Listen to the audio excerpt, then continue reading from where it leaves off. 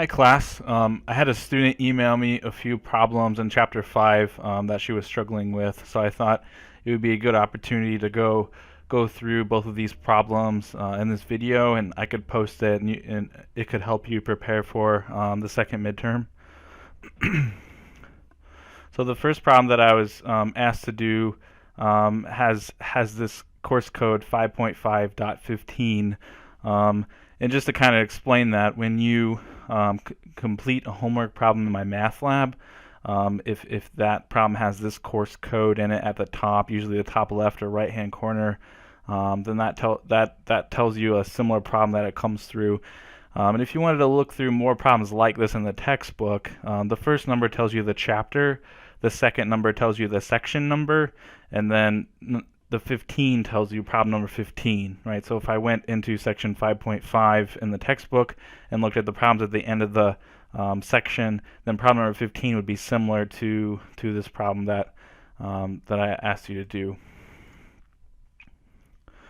All right, so let's go ahead and go through this. So we're given an polynomial expression, and we're asked to simplify using positive exponents for any variables, and also we're assuming that the bases aren't equal to 0, right? So in this scenario, we're given p to the negative 3 all over q to the negative 9, right? So one thing you want to remember is, maybe over here, look at negative exponents. So if I have some base a raised to the negative n power, then by definition, this is equal to 1 over a to the n.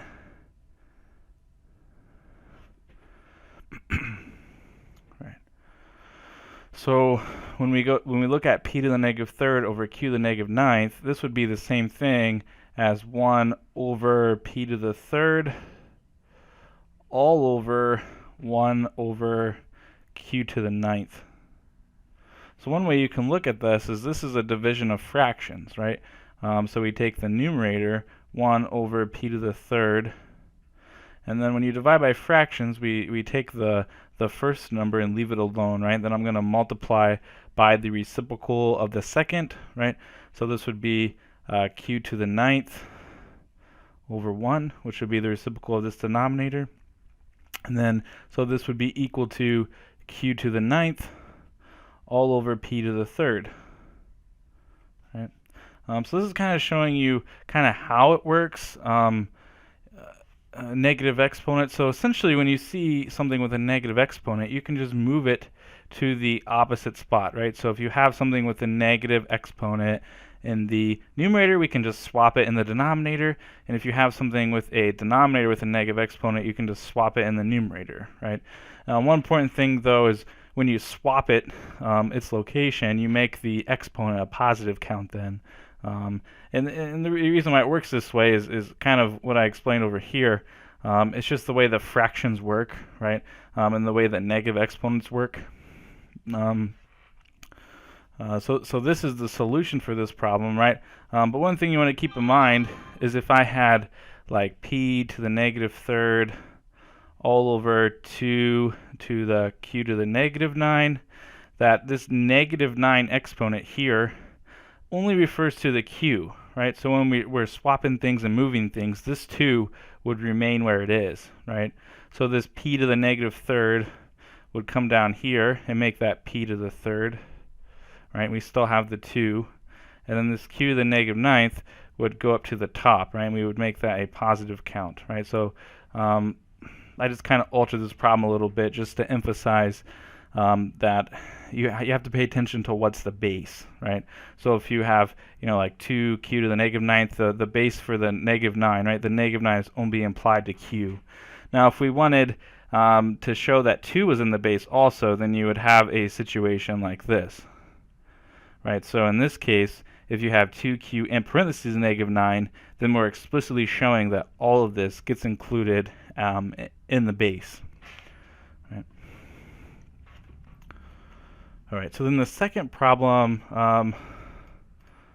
that I had a question on was this problem here, number 17. So we're given a division of polynomials, and we're asked to simplify this using long division, right? Find the quotient using long division. So one thing you want to remember, right, is that this would give me 3x squared minus 3x plus 4.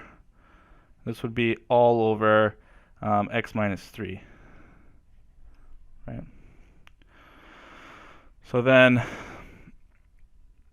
how you divide polynomials is somewhat similar to how you do long division, like you've probably learned a long time ago. It's kind of similar, the process, but I'm going to walk you through how I think of it. So what I originally think of is, let's just look at the highest degree terms. Right, so the highest degree terms in each polynomial is x in the divisor term, and then in the dividend we have 3x squared.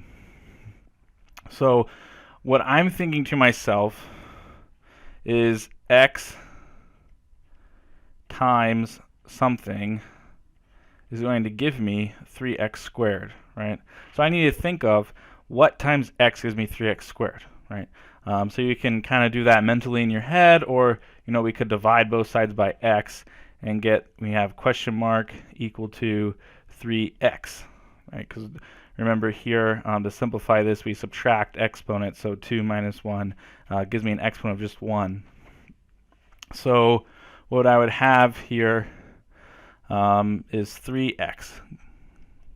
So 3x times this x gives me 3x squared, right? So then what I can do is come off to the side and take 3x times x minus 3 and multiply this out. So 3x times x is 3x squared, and then 3x times negative 3 is minus 9x. So then this is what I'm going to subtract off. So we have minus 3x squared minus 9, right? But one thing you want to be extra careful with is that we're subtracting off, this should be 9x. So what we're doing here is subtracting off the entire polynomial. So when you do this, we need to essentially add the opposite, right? So if I change this to addition, then I need to change this sign and this sign.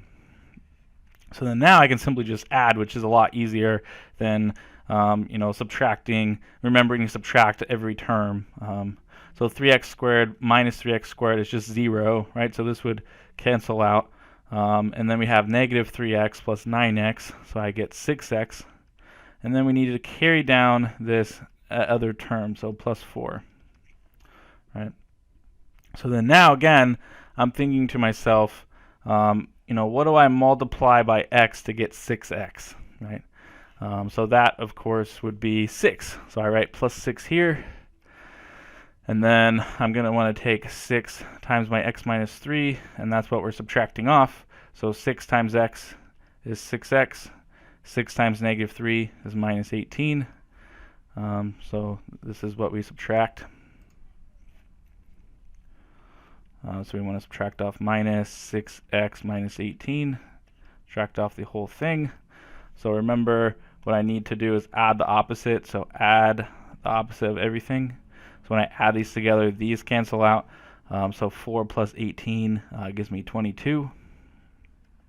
So then this 22, then this is a remainder, right? So then what we do with remainders is this would be plus 22 over the divisor. So the divisor is x minus 3, so this would be over x minus 3. Right? So this process, is very similar to just long division in general. So again, just remember, it's like long division of, if we had like 2,132 divided by, 5, right? This would be a similar process, but here we're trying to just compare the largest degree term along each way. All right, so I hope this was helpful. If you have other questions that you would like me to go over, you can feel free to email me those, and I can try to make a video pretty soon after that, and get it uploaded for you guys to help you review. So don't forget that the end of so originally I had set the midterm to be done by the end of the week, but this Friday we like the campus is closed, so I gave you an extra day to help with that. So I gave you until a week from today, on Monday, November 14th, to have your second midterm completed, and that's over chapters 4 and chapters 5. So chapter 4 was all about systems of equations, and then chapter 5 was over polynomials. All right, guys. Hope you have a good time studying for the midterm. And again, like I said, just let me know if you have questions.